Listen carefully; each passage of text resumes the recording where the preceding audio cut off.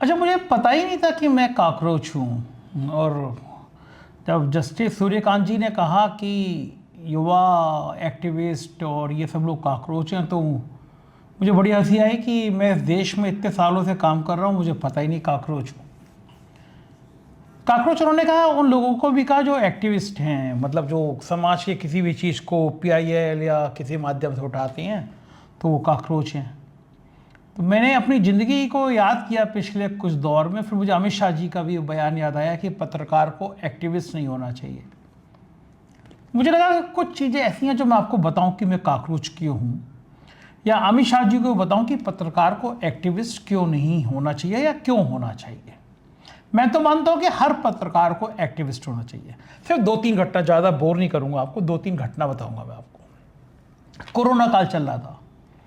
पहले दिन जब मैंने देखा कि मजदूर निकल पड़े हैं, सड़कों पे जा रहे हैं, भूखे प्यासे हैं, तो हम जिस सोसाइटी में रहते हैं, फिर हम लोगों ने तय किया कि भाई हम लोग रोज़ 1000 पैकेट खाने का बांटेंगे। खाना तो बन गया, लेकिन बांटना कौन जाए, तो डर रहे थे सब। पहला दिन था, तो ये काम मैंने 45 दिन तक, हाँ, मैं अपनी फॉर्च्यूनर कार में पूरा 1000 पैकेट भरता था, और फिर पैकेट भरकर और फिर उनको बांटने पानी की बोतल के साथ जाता था। इस बीच में वो जो लाशें थीं वो बाहर आ रही थी।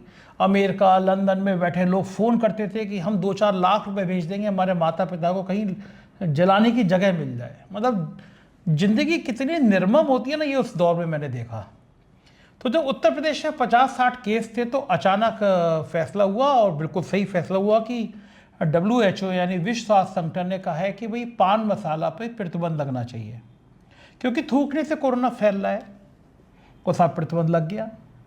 लेकिन पान मसाला वाली कंपनियां बड़ी ताकतवर होती हैं, हजारों करोड़ की होती है, लाखों करोड़ की होती है, रोज हजार करोड़ की रोज की आमदनी होती है।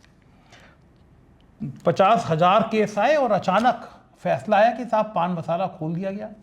मैं बड़ा हैरान कि रोज मर रहे हैं, तड़प तड़प के लोग मर रहे हैं, और सरकार ने फैसला कर दिया कि पान मसाला प्रतिबंध हटा दिया जाता है, बनाने दिया जाए पान मसाला। मुझे लगा पान मसाला ऐसी कौन सी चीज़ है जिसके बिना आदमी मर रहा है।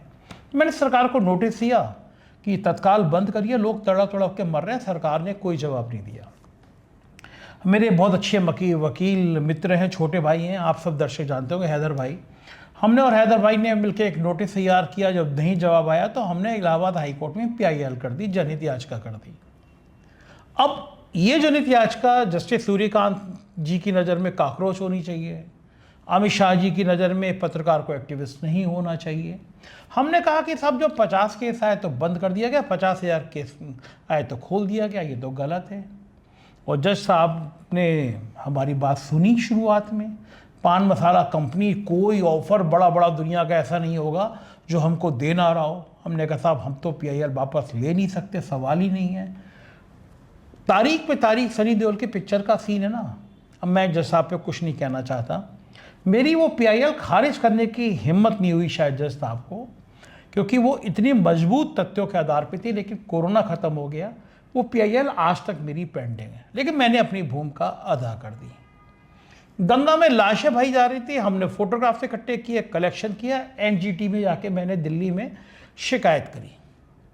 सूर्यकांत जी की नज़र में मैं कॉकरोच हो गया, अमित शाह जी की नज़र में एक्टिविस्ट नहीं होना चाहिए, लेकिन मैंने काम किया क्योंकि मुझे लगा गंगा का प्रदूषण खराब बहुत हो रहा है प्रदूषण, और ये इस तरह लाशें बहना ठीक नहीं है। बड़ा साहब बड़े बड़े वकील आ गए सरकार की तरफ से, लेकिन NGT ने मेरी बात सुनी और भारत सरकार को, बिहार सरकार को, उत्तर प्रदेश सरकार को नोटिस जारी कर दिया। इस कॉकरोच की अपील पर नोटिस जारी कर दिया। लखनऊ में एक लगभग 1000 करोड़ रुपए की लागत से Jayaprakash Narayan stadium, JP stadium के नाम से एक स्टेडियम ऑडिटोरियम बनाना शुरू किया जयप्रकाश नारायण के अंदर। ठेका जो था वो संजय सेठ एक थे, मुलायम सिंह जी के करीबी थे, समाजवादी पार्टी की सरकार थी, शालीमार बिल्डर के नाम से उनकी कंपनी थी, उनको मिल गया। सरकार बदली, संजय सेठ की सबसे पहले जांच के आदेश कर दिए मुख्यमंत्री ने। संजय सेठ जी ने तुरंत लक्ष्मी जी का सहारा लिया और भाजपा में शामिल हो गए। अब BJP के यहाँ आ जाएंगे तो वॉशिंग मशीन में साफ हो गए, राज्यसभा का सदस्य और बना दिया गया उनको। और जो बिल्डिंग थी जो 1000 करोड़ के टैक्स के पैसे की थी, जो मेरे और आपके टैक्स के पैसे की थी, वो बिल्डिंग खंडहर होती चली गई। सालों बीत गए, जांच का था पता नहीं, बिल्डिंग खंडहर हो गई। मैंने और हैदर भाई ने फिर कहा, मैंने कहा ये तो टैक्स का पैसा है।